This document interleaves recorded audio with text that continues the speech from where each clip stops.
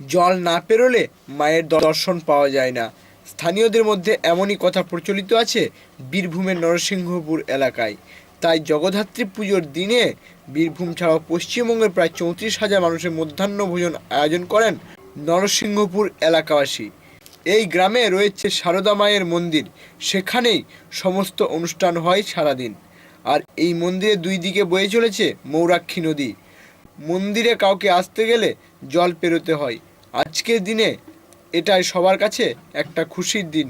আজ তারা নদীর জল ডিঙিয়ে মায়ের দর্শন পাবে। তাই নরসিংহপুরে বসেছে ছোট একটা গ্রামীণ মেলা।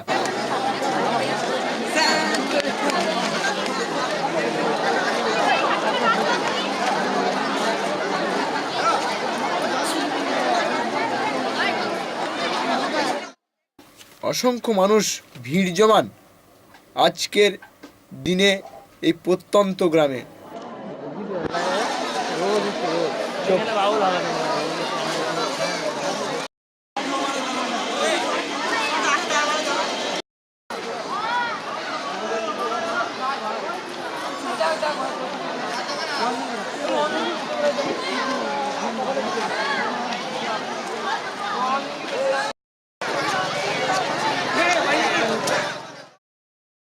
মন্দিরের দায়িত্বে থাকা প্রণবানন্দ মহারাজ জানিয়েছেন দীর্ঘ 30 বছর ধরে তারা এই উৎসবে আয়োজন করেন।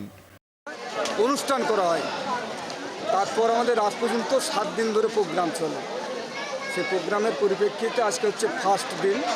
ফার্স্ট দিনে আমাদের 25 থেকে 26,000 পর্যন্ত মানুষের প্রসাদের অ্যারেঞ্জ করা হয় এবং সেই অ্যারেঞ্জ অনুপাতে গ্রাম বাংলা থেকে এসে সেটা প্রসাদ পেয়ে আনন্দ করে বাড়ি ফিরে যায়। এই মোহাম্মদ বাজার ছাড়াও কি অন্য কোনো এলাকা থেকে এখানে আসতে প্রসাদ? এখানে আদার্স মোহাম্মদ বাজার, বর্ধমান, কলকাতা, এমনকি বীরভূমের বাইরেও বাঁকুড়া, বিষ্ণুপুর, নানান স্টেট থেকে এখানে আসে। কি উপলক্ষে এটা সারদা জগদ্ধাত্রী পুজো এবং রাস। কি হয় এখানে? এখানে নানান অনুষ্ঠান হয়, কবি, বাউল, প্রসাদ বিতরণ, আবৃত্তি প্রতিযোগিতা, আরও অনেক শিক্ষামূলক অনুষ্ঠান এখানে থাকে। কত বছর ধরে এই অনুষ্ঠানটা হচ্ছে? এটা দীর্ঘ 30 বছর ধরে এই অনুষ্ঠান চলে আসছে।